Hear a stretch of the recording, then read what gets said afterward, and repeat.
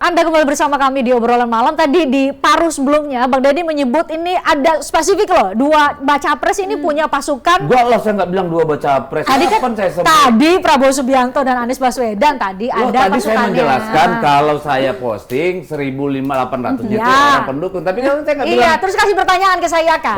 Tadi datanya udah ada. Nanti kita tunjukin lagi tuh. Tapi saya mau konfirmasi kalau PDIP nggak ada, PDIP nggak ada nih katanya ya, karena kan memang pakai Wong Cilik katanya. Dia kalau bisa temukan. Partai Demokrat ada nggak? Gini, sebenarnya kita mau bilang bahwa sangat sulit untuk misalnya menemukan mana yang pakai kalau yang tadi mau dikasih percuma. Iya, kayak makanya kita pengen tahu juga kayak sebenarnya tadi Bang Deddy bilang bahwa kita nih ada yang punya gitu. Coba juga dibuktikan apakah ada atau tidak. Itu yang pertama. Terus kemudian yang kedua, kalau kita lihat Mbak, kenapa istilah cebong itu muncul juga karena ada yang bilang kampret, ya kan? Jadi kalau kita lihat bahwa sebetulnya tidak pernah ada aksi kalau misalnya tidak ada reaksi. Jadi ini adalah proses aksi reaksi yang kita mohon maaf, tapi ini adalah yang terjadi 2019. Kita tunjukkan lagi 70, tadi. Iya, sekian persen kita lihat lagi datanya tadi soal cebong tadi. Oke, kita lihat bahwa di datanya adalah saat ini kalau adalah lihat datanya ini bukan nggak ada ada asap nggak ada api, ini nggak ada api ada asap nih. Tapi kebetulan coba kita lihat ya cebong tadi ya, soal cebong 70, sekian persen. 70,8% kalau saya nggak salah. Tapi 70,8% betul. Tapi kebetulan kita harus lihat bahwa ini adalah yang terjadi sepanjang 2023. Kita lihat bahwa ini adalah narasi yang terbawa dari 2019. Kita tahu sendirilah bahwa cebong dan kampret ini kan muncul tahun 2019. Kalau melihat data persentase, enggak ini yang mana api, yang mana asap. Mohon maaf Bang, kita nggak bisa lihat, kita lihat bicara data, iya, tapi datanya adalah data tahun 2023. Iya, ini kita lihat. Oh iya, tahun 2023. Masa data zaman jahiliyah lalu ambil kan pasti data. Sebentar Bang, gini, maksudnya karena menurut saya tadi kampret kita lihat, ini kan 70,78% cebong dan paling banyak itu yang punya kecenderungan memilih Pak Anies Baswedan. Betul, 2023, tapi kita juga harus lihat bahwa ini adalah kampretnya itu 24, sekian persen. Coba kita mundur lagi, 24, sekian persen. Jadi itu ya. Oke, kita melihat dengan 70. Kita melihat itu adalah 2023. 2023, tapi kan sekali kan 70,8% itu pasti apinya. Boleh Diska. 2023, tapi kita juga harus lihat bahwa ini adalah dampak dari yang terjadi 2019. Jadi kita tahu bahwa istilah cebong dan kampret, logikanya adalah begini, cebong dan kampret itu muncul di tahun 2019. Kemudian apakah kemudian muncul lagi di tahun 2023 ini adalah dampak yang terjadi. Dampak yang terjadi dari apa yang dilakukan 2019 antara dua politisi. Pak Jokowi ada. Antara Pak Jokowi dan Pak Prabowo yang selama ini relevan dong. Relevan dong. Kita bicara kan kita bicara tentang bagaimana ini 2024 ini. Tadi bicara bagaimana 2024 ini tidak ada lagi pembelahan, polarisasi. Disajikan ke kita data yang sangat canggih dengan mesin yang canggih dengan dari organisasi Indonesia 2023 per hari ini. Ya, itu adalah tanggung jawab kita sekarang. Bahwa itu sebab dari 2014, tahun 2000, tahun 60 itu kan urusan lain. Sampai 30 Juli hari ini 2023. Bagaimana melihat besok itu masih mungkin ini?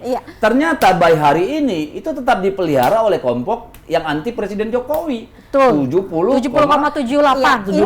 Ini tentu harus kita lihat bahwa secara holistik kita melihat bahwa ini adalah dampak yang terjadi 2019 yang kita harapkan bisa berhenti di tahun 2024. Saya ingin membalikkan logikamu. Yang kita inginkan supaya 2024 nggak ngulang. Iya, betul. Itulah bukan bahwa ini dampak. Itu poinnya.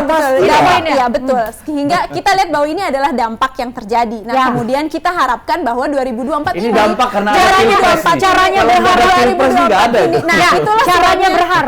berharap itu kan harus konkret dari masing partai. Betul. Itulah kenapa kita mulai adu gagasan, adu strategi, adu gagasan, adu pemikiran untuk Indonesia ke depan. Kita lihat bahwa ini adalah Bang Deddy sendiri bilang bahwa ini adalah harus tadi kamu bilang Anies sudah bicara gagasan, bicara itu, tapi 70,8% 78% masih bicara cebong-cebongan. Ini gitu. adalah mesin yang tentu tidak bisa kita kontrol di media sosial. nah tuh. Media sosial adalah segala sesuatu yang tidak bisa kita Tadi kontrol. pertanyaan Karena kita saya, lihat bahwa bagaimana kemudian instrumen-instrumen termasuk mesin partai betul. ini mengambil peran? Itu poinnya kan? Iya, Kenapa kami instrumen mengundang ini malam ini? Itulah kenapa kita di Partai Demokrat sendiri selalu bilang bahwa yang harus dilakukan adalah mengadu gagasan, mengadu pemikiran. Kita tahu bahwa selama ini mungkin tidak banyak ketua umum partai yang melakukan pidato untuk melihat perubahan dan seperti apa, gagasannya seperti apa, dan harapannya kita Kalau ini yang saya akan sih harus melihat langsung ke langkah harus langkah satu rumput. kata dengan perbuatan. Dengan kata lain jangan munafik. Kenapa? Kalau di depan baik ngomong begini, begono. Habis ngomong di belakang lain. Siapa Jadi, ini? semua elit politik lah. Semua elit politik. Mau itu capres, mau itu timnya, mau itu partainya. Let's be honest with ourselves. Oke? Jangan, udahlah kata-kata berbunga ini itu. Bullshit. Siapa yang menyampaikan kata-kata Semua lah. berbunga? Ya, termasuk saya mungkin. Termasuk Mari kita siapa nih? jujur. Enggak, gini loh, saya capek nyanyi tapi kosong. Mari kita katakan pembelahan ini terjadi karena elit ini memelihara itu dan tidak mau melakukan sesuatu yang real soal itu. Nah, pertanyaannya Jadi, adalah lain di panggung, lain di oke. belakang panggung. Nah, Bang Deddy, pertanyaannya adalah hal konkret apa yang bisa kita lakukan bersama termasuk oleh para elit nih untuk melakukan konsolidasi yang kita harapkan pesannya sampai ke bawah. Itu pertanyaan pentingnya. Mari duduk bersama. Betul. Duduk bersama, kita declare dan kita lakukan. Jangan hanya seremoni seperti yang dilakukan selama ini oleh KPU. Oh, kumpul pemilu damai. Begitu pemilu damai turun dari panggung semua ngambil keris. Kan nah ini kan bahaya. Jadi marilah kalau memang kita mau mendidik bangsa ini dengan gagasan, menganggap bahwa ini adalah sesuatu yang harus kita lakukan tiap 5 tahun. Ya jujurlah Anda dengan kata-kata dan perbuatan, jangan cuma kata, tapi lakukan yang benar gitu loh. Karena kalau gini begitu elit-elit politik ini semuanya tanpa kecuali mulai mengatakan kami tidak suka Anda mendukung kami dengan menghina yang lain. Saya kira ini akan selesai pelan-pelan. Oke. Dari Partai Demokrat konkretnya Itulah yang kita harapkan sama-sama saat ini. Kita lihat bahwa Mas AHY kita selalu membuka komunikasi dengan siapapun, termasuk juga kita kemarin Bertemu dengan dengan Mbak Mbak Puan dan banyak partai Diajak politik bertemu lain. oleh Mbak Puan. diajak bertemu. Dan Ya. kemudian kita membuka diri dengan itu. diajak bertemu Mbak Puan bukan mau diajak koalisi ya? Oh, enggak dong. Kan kita enggak. sudah istiqomah. Masih Ini ada setia permasalahan ya lain. dengan- Tapi kita melihat bahwa Mas AHY selalu terbuka untuk dalam silaturahmi untuk konsolidasi nasional, untuk memimpin perubahan dan perbaikan, juga untuk melakukan perbaikan di masa depan. Untuk konsolidasi nasional ini selalu hadir. Sehingga kita harapkan bahwa ini juga yang akan terus dibangun oleh semua partai politik, Kalau semua kita elit politik, melihatnya dan begini juga ya, termasuk karena juga- pemilu ini adalah termasuk hal juga- yang biasa, Betul. hal yang reguler. Mari kita bicara tentang bagaimana membangun peradaban politik. Ya, itu yang dia. berasal dari nurani, nggak cuma nyap-nyup Nah, doang. betul. Nah, itu yang kita harapkan sama Let's be Bang. real. Ya elit politik inilah. Elit politik Sudah tanpa hilang ngomong terkecuali ya, Bang. panjang, Elit tanpa politik isi. tanpa Siapa yang terkecuali membuat ya, Bang? Semua. Berarti termasuk Pak Ganjar dan Semua, ya, PDIP. Pak Ganjar, Iya. Pak Ahy apalagi, Pak Prabowo, Pak Anies, udahlah semua. Iya. Bullshit. Jadi harapan Bang, Harapan saya satu kata dengan tindakan. Iya, betul. Mean what you say and say what you mean. Gitu loh. Anda mau pemilu damai, yuk benar-benar lakukan yang damai. Oke. Anda mau benar-benar membangun persatuan, mau membangun harmoni, lakukanlah itu dengan Oke, tindakan juga. saya mulai lebih konkret lagi. Siapa yang pertama kali harus mengambil peran itu? Yang harus mengambil peran itu tentu yang pertama, karena mereka yang akan muncul di publik dalam pertarungan, ya Para baca pres. calon presiden, calon wakil presiden, tim sukses, partai-partai dan pendukung bertingkat. Karena nggak mungkin kita berharap rakyat di bawah yang sudah bertahun-tahun perang-perangan ini tanpa diedukasi, tanpa mendapat literasi. Baik. Itu yang bertarung itu juga saudara kita loh, nggak perlu lo mengangkat saya dengan cara menghina yang Kalau lain. di KPP sendiri ada nggak itu tentu saja. ada ruang, ada momentum Tentu untuk saja. membahas secara serius bahwa ini ada tentu hal saja. yang harus kita jaga Tentu di dua saja. kali pemilu yang Kebetulan lalu. Partai Demokrat salah satu, karena KPP ini diinisiasi oleh Partai Demokrat, di mana Partai Demokrat ini kita tahu bahwa beberapa kali ada kesempatan 2017 misalnya ketika politik identitas muncul, kita kemudian Mas AHY adalah satu-satunya yang tidak menggunakan itu. Kemudian 2019 kita tahu bahwa Mas AHY selalu berusaha untuk dan Partai Demokrat selalu berusaha untuk memisahkan diri dari politik identitas. Politik identitas ini kan bukan cuman yang mendapatkan manfaat dari politik identitas ini kan bukan cuman yang menggunakan identitas, tapi juga yang nasionalis, yang juga memberikan siapa? Ini harus diluruskan dulu. Yang mana Saya cenderung begini ya. Siapa? Itulah maksudnya kita tahu bahwa di sini ada politik identitas, kemudian ada yang kemudian menamakan dirinya yang anti politik identitas, yang kemudian akhirnya menerima yang termasuk memberikan manfaat anti politik itu, identitas, dan harapannya diri. Dan itulah sebabnya kita memisahkan diri dari polarisasi itu. Jadi anti politik identitas kan? Anti politik identitas. Anti politik identitas. Nah, sekarang saya mau bilang begini. Persoalan kita bukan politik identitas. Kita bukan politik identitas. Politik identitas itu inherent, embedded, melekat pada seluruh kemajuan kita. Adalah eksploitasi terhadap politik identitas. Eksploitasi politik identitas. Udah lu ngomong dulu lagi. Eksploitasi politik identitas itu yang selesai. tidak boleh. Itulah sebabnya makanya Partai Demokrat saat ini selalu berusaha untuk tidak menggunakan itu. Saya bisa pesan kopi nggak? Oke, gantian. Karena saya ngomong dia nggak berhenti nyesal. Oke, sekarang gantian. Jadi saya bilang begini, yang namanya politik identitas itu embedded.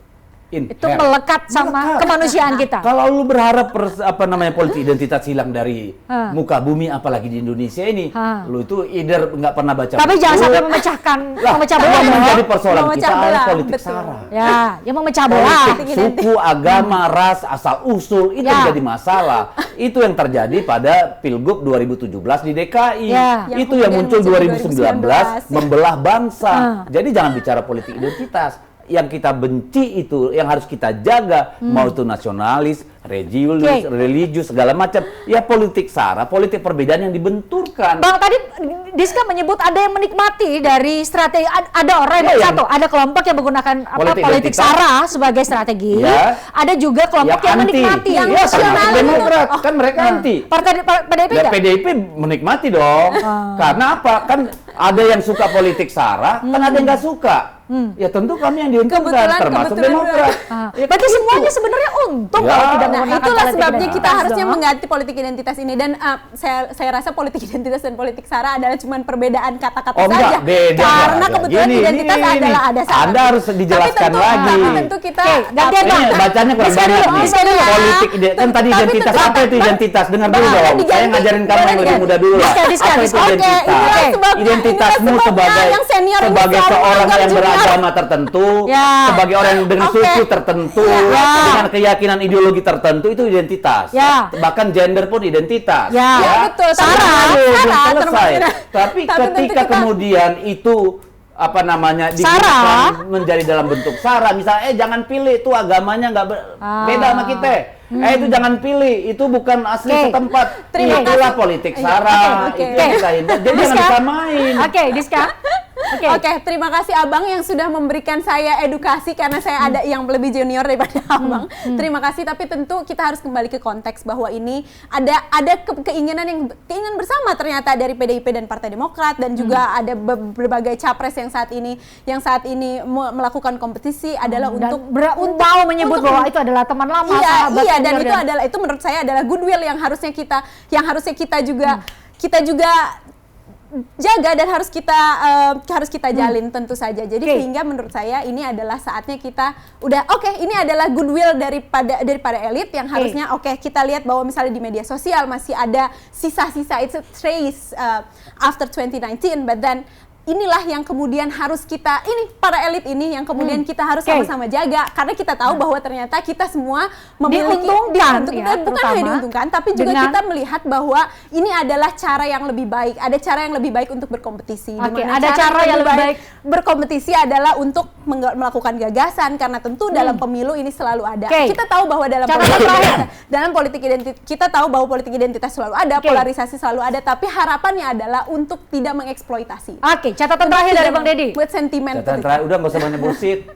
Ya, kalau Anda tidak mau politik identitas, berhentilah. Jangan lakukan. Kalau Anda ingin perdamaian, harmoni, lakukan. Jangan lain di mulut, lain dalam tindakan. Ya, karena kita sebaik-baiknya omongan, lebih baik tindakan. Karena tindakan itu bersuara lebih nyaring daripada sejuta kata-kata yang seperti tembakan meriam itu. Jadi marilah menjadi manusia seperti yang dikatakan Bung Karno, manusia yang berkarakter. Gitu loh. Kalau mau bilang mau pemilu damai, ayo damai beneran. Kalau memang tidak mau saling serang, ayo bilang jangan saling menyerang.